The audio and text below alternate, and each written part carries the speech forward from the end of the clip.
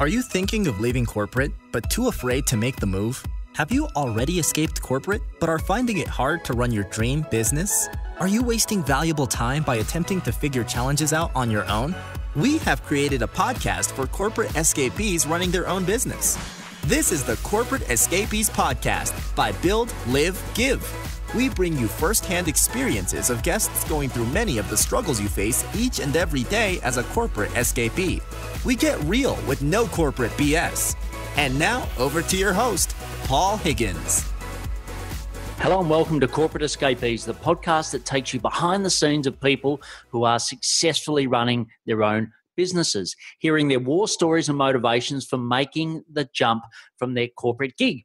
I'm your host, Paul Higgins, and our guest today is someone who started his career as an auditor and consultant for PwC in both Luxembourg and Switzerland. He took his first job in the watchmaking industry aged 28 as a group CFO. He then moved to Hong Kong, started his own company, divested that to move back to Switzerland and worked for Universo, which was part of the Swatch Group.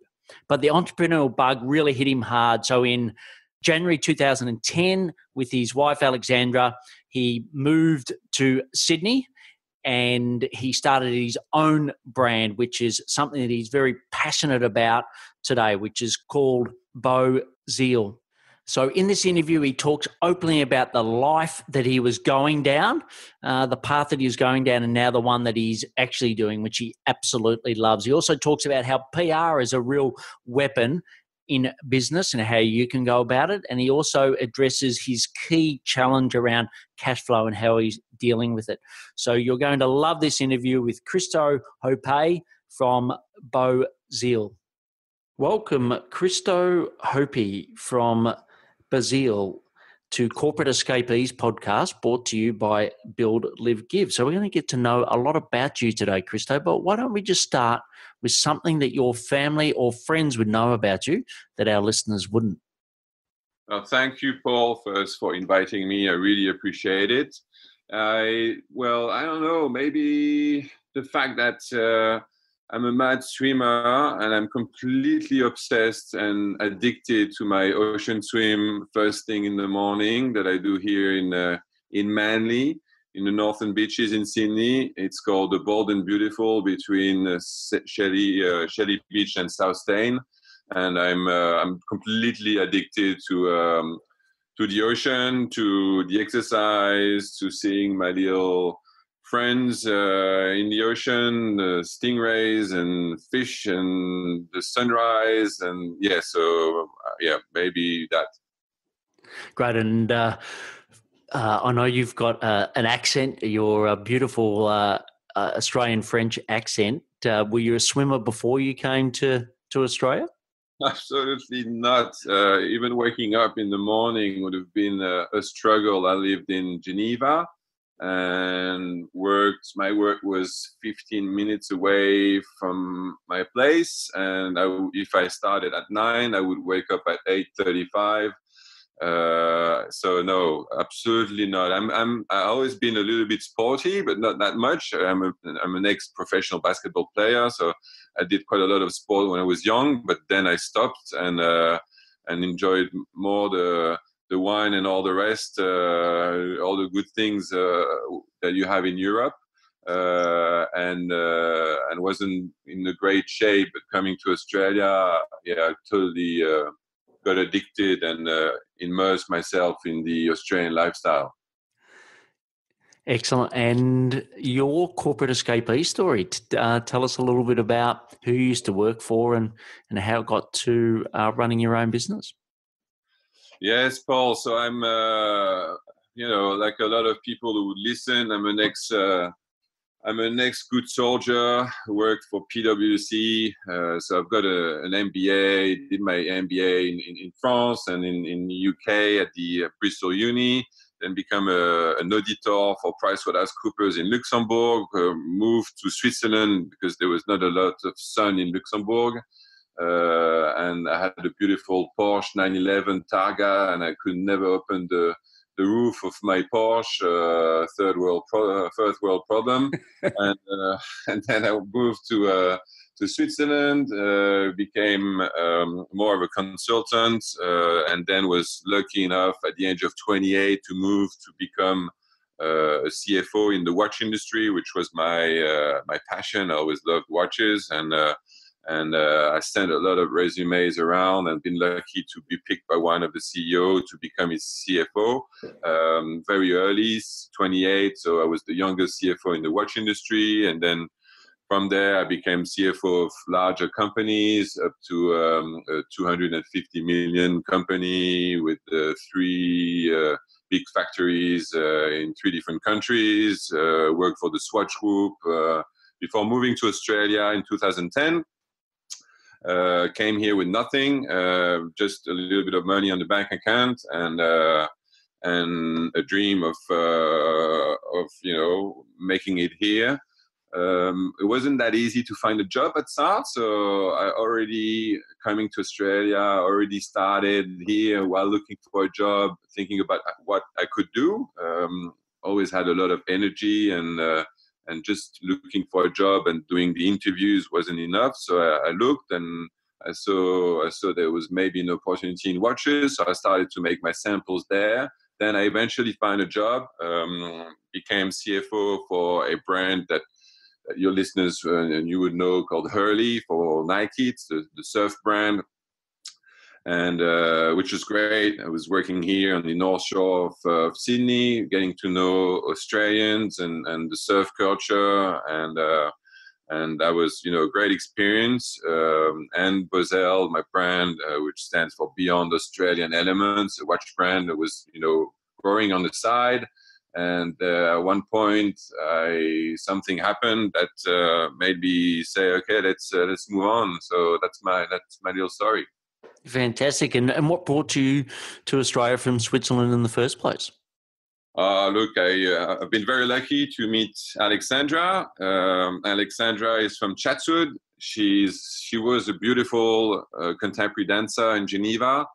And I was a boring CFO, like I said, and I've been very lucky to find her. She made me discover Australia. She had no intention of coming back. I was the one who pushed after coming here, I think 2 or 3 times. I was like, "Come on, let's move. Let's move. I want my kids to grow up here. I don't want them to grow up in Switzerland." So yeah, that's what brought me here, Alexandra. And you've got an amazing corporate career. What do you think was or can you go back to a moment in time that you decided to leave that behind and start your own business?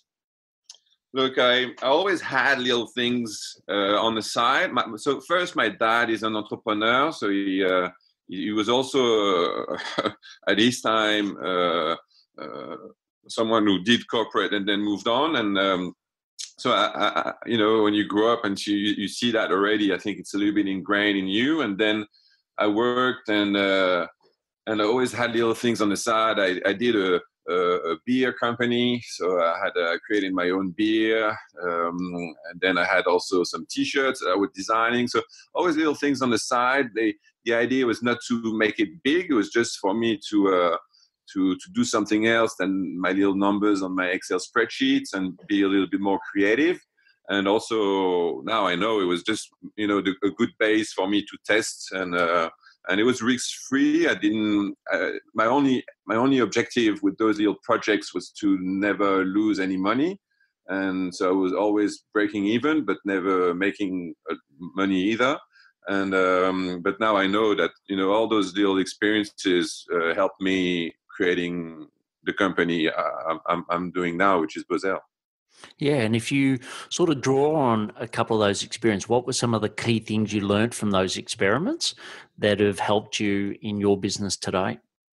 Oh, look, the process. I think create a company. Some people might be scared about creating a company. It's there's nothing easier than this. Starting a website, doing it yourself. Promoting a product, getting partners to help you. All of that was just just little things that I was doing very slowly and like I said, risk free. So there was not the same, the same impact if I was failing. But still, it really helped, I think. Great. And, it seems like it was destiny for you to have your own business. But what were some of your key fears the moment that you decided to finally make that step? Well, I think the biggest is financial. You've got, you're a CFO. You earn fairly comfortably your life. You've got a house. You've got kids. You've got things to pay. Luckily, Alexandra, my wife, is not someone that needs a high level of living. We don't need to live on a mansion overlooking the ocean. So she's very supportive of what I'm doing, and I think that really counts, because there's no instant success. It doesn't exist. You have to go through a phase where it's hard, and financially it is hard, and you have to be prepared that you have to change your way of living. So I think that's the biggest fear to me. I don't know, what do you think, Paul? Yeah, no, look, I totally agree. And, you've got to make compromises in the short term to get that long-term lifestyle that you love, like that swim for you each morning. And, what were some of the compromises that you had to make? Obviously, the 9/11 target was no longer, but what were some of the other things that you had to compromise on? Look, it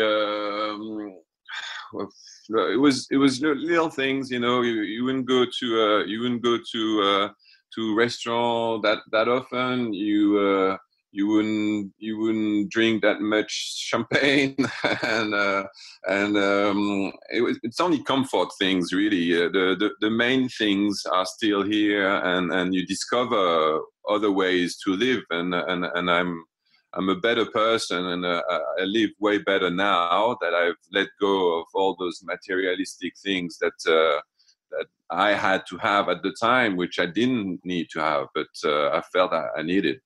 Yeah, and look, I talk to so many people on this, and often they say, I've become a better father, I've become a better husband, I've become a better parent, I've become a better friend because of this, which is things that money can't buy versus, some of those other material items. It seems like you've had a similar experience.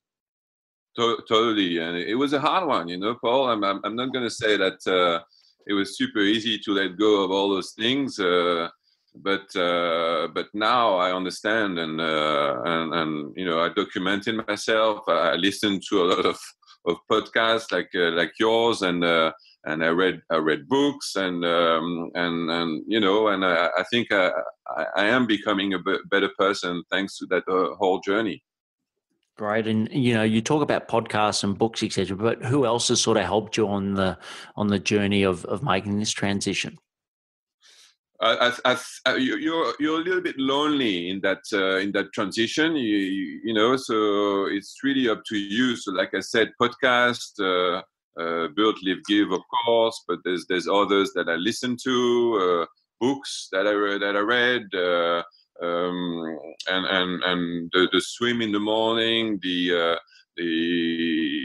and being good physically, which helps the mental, and yeah, all those things. But I think you're a little bit lonely in that journey. It's unless you go and you get a coach and someone like you that can help and fast track all of that. At the end of the day, it's you and your project. Yeah, look, I definitely found that, and that's, I suppose, why I started Build, Live, Give, is because I found it very lonely. Often you're working from home. There's challenges every day, and you don't want to always talk to, whether it's Alexandra or, in my case, it was Linda, my wife. You don't want to always put that burden on them when things aren't going well. And it's good to also, in some cases, know that it's not just you. It's, this is one of the hardest things you'll ever do on the planet. And sometimes you thought corporate was hard, but this is a lot harder. Have you sort of found that? Yeah, no, totally, and harder, but way more satisfying, only if I needed to, if something happened with the business, and I needed to go back, I will go back. But if I don't have to, I will prefer to, much prefer to do what I'm doing now. Yeah, and look, that takes us into the next section, which is the build section. And when you meet someone new and they say, "Christo, what do you do?" How do you explain what you do for a living now? I've got a watch company, so and then they ask, "So you're a watchmaker?" No, I'm not. I'm got a watch brand I'm being creative in making watches that are a bit different, and I sell them either online or through stores like David Jones and others, and recently I've been very lucky to be commissioned by the Sydney Opera House to make a watch with and for them. So collaboration with bigger companies that also, so that's what I'm doing. Great. And who's your ideal client? Who would you love to have wearing your watches? Look, my client today is Australians proud to support an Australian product of quality. With the Sydney Opera House deal that we just made, I think I'll be a little bit more in front of tourists, but it is not the case now. The little unique selling proposition of my brand is the fact that you physically keep a piece of Australia with you, because in every watch there's either sand from Bondi or other famous beach, or red earth from the Kimberley. And that makes it very unique. And so yes, mainly Australian that wants to support an Australian product.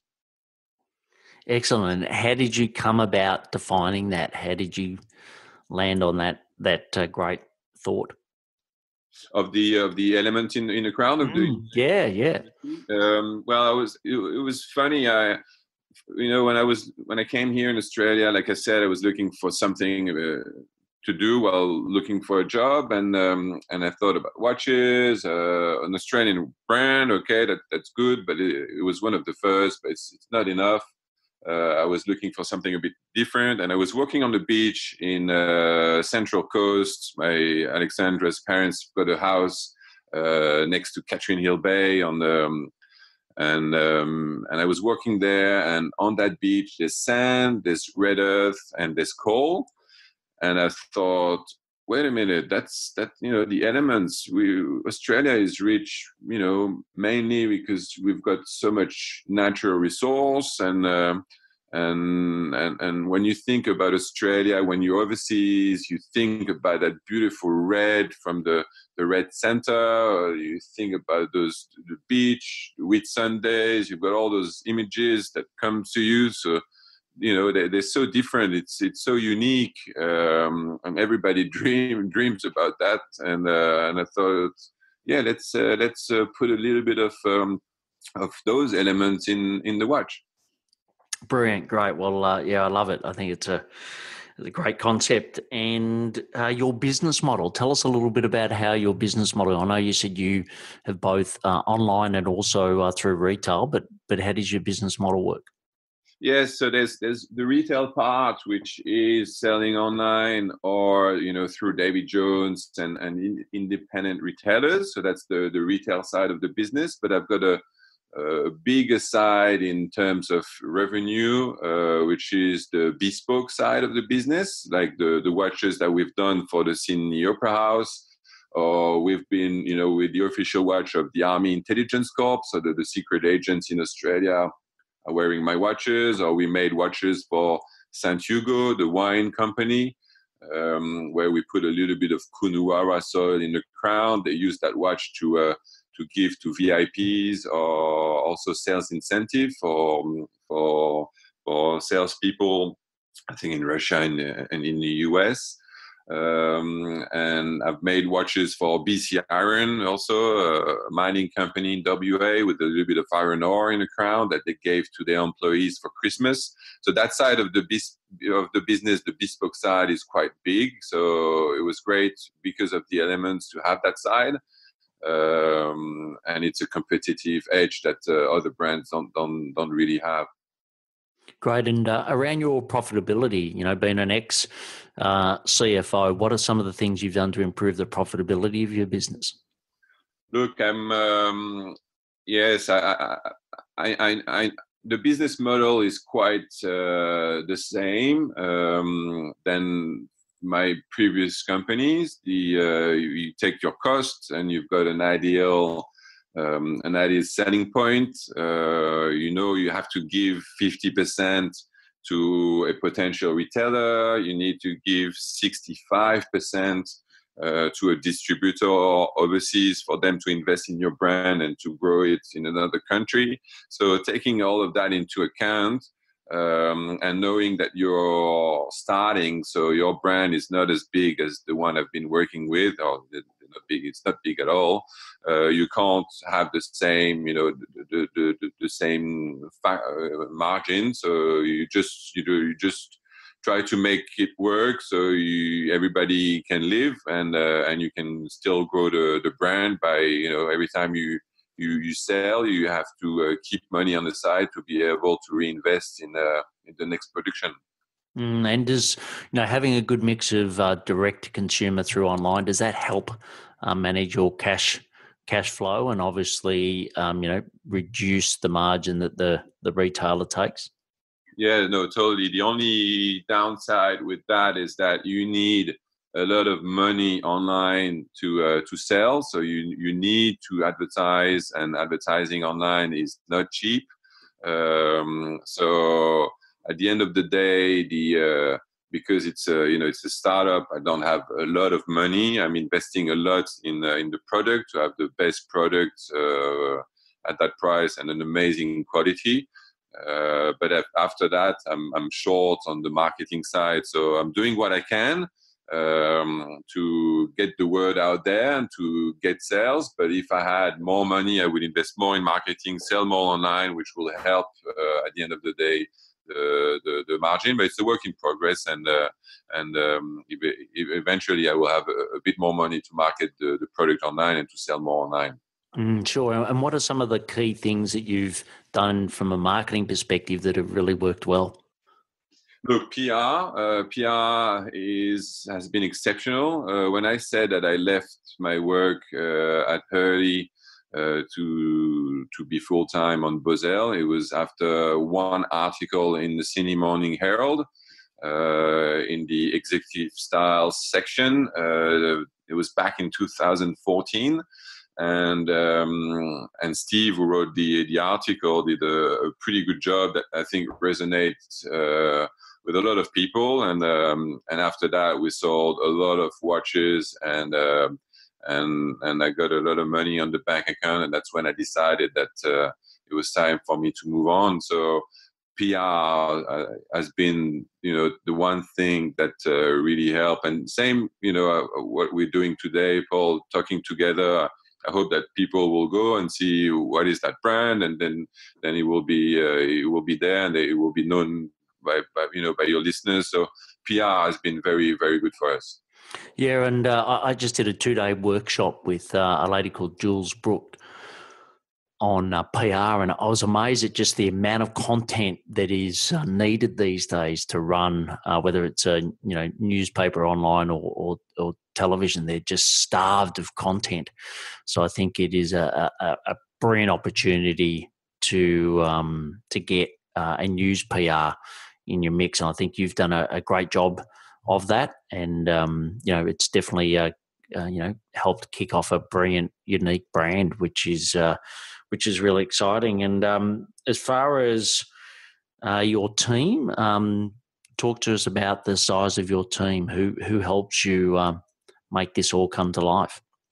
So I've got a It's pretty streamlined. I'm the only operator, and then I've got people that I subcontract for missions. So PR would be one. The social media is another. So I've got people helping me around. It's the same team, but it's all subcontract, and I don't have any employees as such. Right. And how did you go about finding the right social media people? I know that a lot of our members really struggle with finding the right fit for them. How did you go about that? So I placed first, it's a real struggle. I totally agree. I went through agencies. I paid $4,500 a month for 10, 11 months, no result. I've done a lot of things. I've tried myself.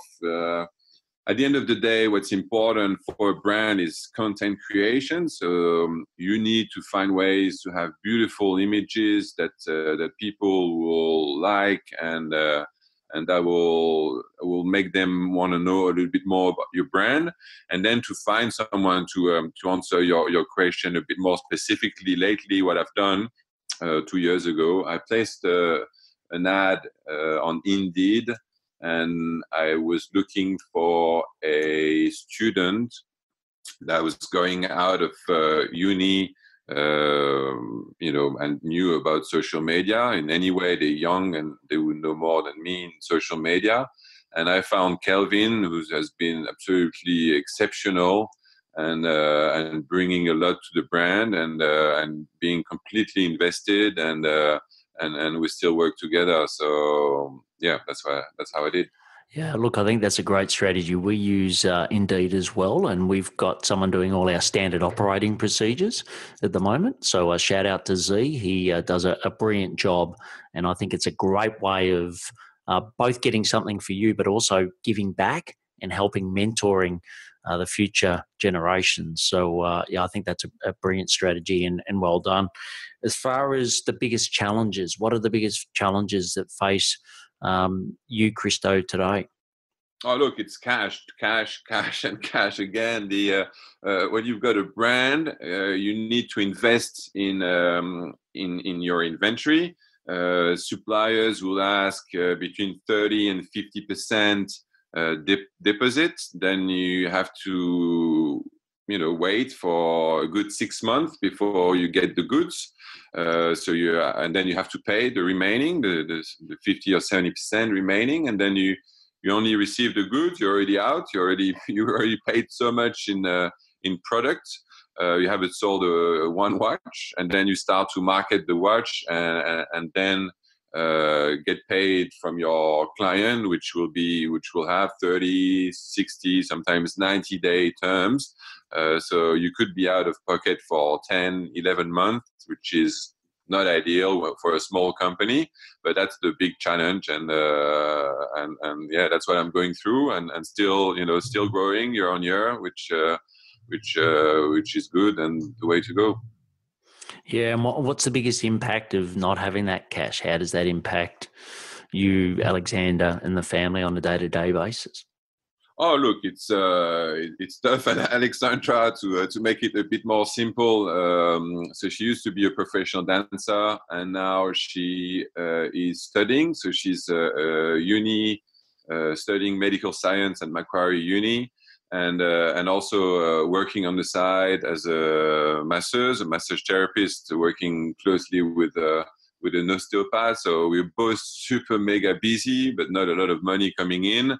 But still, it's we don't go on holidays very often, but we don't need to. We've got a beautiful place that's up Central Coast that my in-laws have spare, so that's great. And we have friends around in Foster, and so that's what we do. But we don't travel overseas, and I think that would be the main impact. But I don't think the kids really mind about that at that age, 9 and 7. I don't think they're too fussed about traveling into into fancy places. No, they're probably more happy that their dad's with them when they get home from school and all those other great things that you get from working for yourself. So just before we go into the next section, which is the live section, I just want to mention our business quiz, which helps corporate escapees, just like Christo, to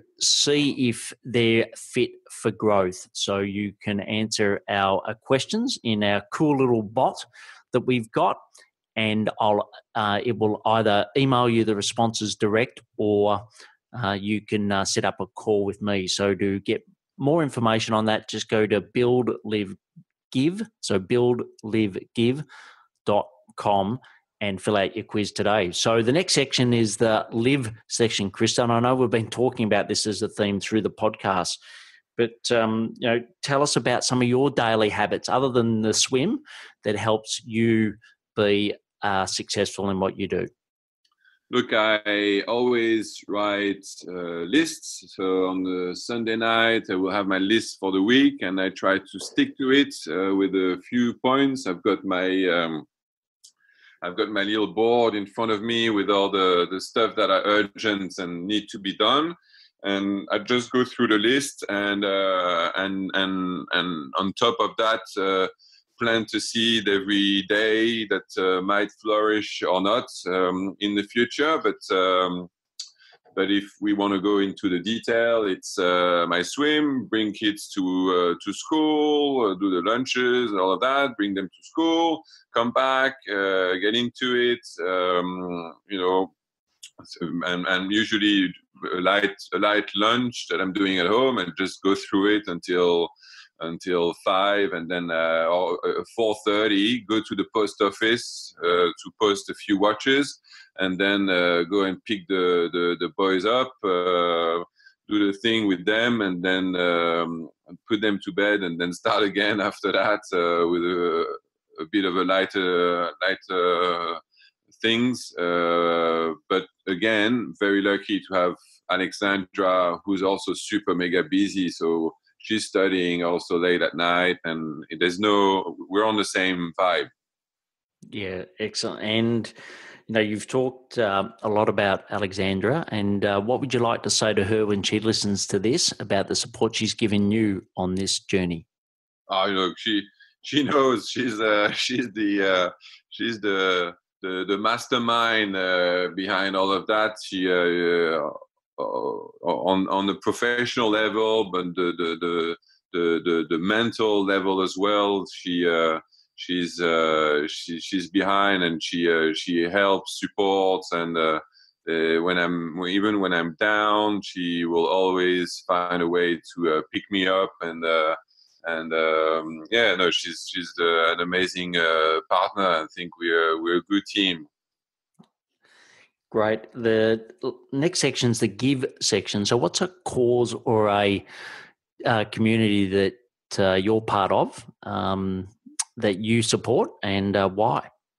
Oh, look, it's again, I'll come back to the ocean and the protection of the ocean. If I've got when we're on holidays with the boys, like I said, in Central Coast, we will walk on the beach and clean the beach, get all the plastic rubbish and everything. It's not much, but we do what we can, and we try not to use any plastic at home. We do some little things that I think everybody is getting more and more aware of now. So and yeah, that would be it. Great. Well, look, if everyone did that, what a amazing difference it would be. So well done for that. The last section is the action section. So where I'll just ask you some questions and just get some rapid fire responses. So the first one is, what's your top 3 productivity tips? The list done on a Sunday night to prepare the week. The plant a seed every day. So even if you're in the midst of doing a lot of little things, plant a bigger seed, something that will have a big impact on your business in the next 6 to 12 months. I don't know. I don't know. I don't have a third one, but that would be two. That's all right. That's great. And what are some favorite apps or software that you use to help you run your business? Look, I like one that, of course, we all know the basics with Google Analytics and all that. But the one that I really like is Zoho Sales IQ. It would give me a sense of who's coming on the website and what they're doing, and to have and there's another one called Full Story. Which really you can even see, if Paul, you come on the website and you click on one watch, you scroll, I'll see what you're doing, and that gives me a lot of insight into what's happening on the website. And on the CRM side, I use HubSpot, which is completely free and great for what I need. Great. And was that Full Story as in FULL story? Yes. Yep, excellent, great. So we'll put the links to that and others, links that Christo has mentioned, in the show notes. And podcasts or books. What I know you mentioned that it's really important to you, books and podcasts. Certainly help with that loneliness. What are some of the ones that you recommend? Look, podcast, Build, Live, Give. Of course, I'm listening to another one called The Eventual Millionaire.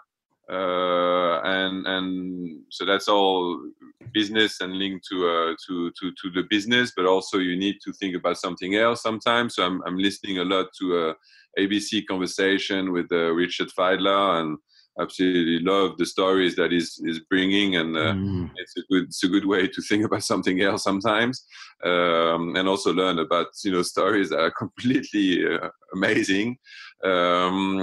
Books, there's one book. I don't read a lot, but I still read a little bit. But the Eat That Frog, I think really helped me. And every time I'm a little bit down, I would go back to Eat That Frog from Brian Tracy, and it puts you back into perspective, and I feel that's a good one to read, and super easy. At the moment, I just picked that one up at the airport last 2 weeks ago. It's How to Prepare Now for What's Next, which talks about the future and the artificial intelligence and what's coming, and it's pretty well done, and it's we are in a very interesting time, and it's great. We were lucky to be living it. Brilliant, great. And what's some parting advice that you would love to leave listeners? Never give up. Live your dream. Life is made to be lived, not survive. And if you're in your corporate world, and it's hard, and you think that it's gonna be hard to go into becoming an entrepreneur. Just plan and do it. If you have a partner that earns a good living, just do it. Give yourself 2 years, and you'll see that you'll be successful. If you keep on doing this, and being good at one thing, you'll be good at it, and it will work. And look, it's been absolutely wonderful hearing your story today. To have the height that you did in your career, and make the great step to move to Australia, but also to really follow your passion. And I love the uniqueness of what you do. A little bit of Australia in each of your watches, I think, is something brilliant, and we should really get behind it. I know that a lot of our audience are global. You can certainly get a part of that by going on to the website. So it's bausele.com. And we'll have all the links to the show notes so you can find out more and buy these beautiful watches. So, Christo, thanks a lot for sharing your thoughts on the podcast today. Thank you so much, Paul. I really appreciate it. Thanks a lot. Great. Thank you. That was a great interview with Christo. So I just want to talk about my 3 key takeouts. So first was how to live life on your terms, just the life that he was living in Switzerland versus the one he now lives in Australia. It's an extraordinary change, and I think it's brilliant to reflect on that. The second is how you can use PR as a secret weapon. I know he's got some great suggestions there, and I know that the media is just desperate to get more information and articles. So I think PR is a great way to drive awareness for your business. And finally, how to create a unique value proposition. What a great way of having a watch that has got a little bit of Australia in it. An amazing, unique value proposition. I think, he really wanted to get something a lot clearer than just being an Australian watchmaker. So I think they're 3 great learnings I got from that. So if you'd like to share your learnings or ask me a question, please contact me at paul@buildlivegive.com. I'd love to hear what you thought of this. And also, if you know other corporate escapees that would benefit from getting or listening to Christo's fantastic advice, please share it with them, because just one little insight could make all the difference. Thank you for listening to the Corporate Escapees podcast, brought to you by the team at Build, Live, Give. If you found this podcast helpful, please share it with other corporate escapees. If you would like to join a community of like-minded peers, please visit www.buildlivegive.com. Until next time, thanks for listening and be brave.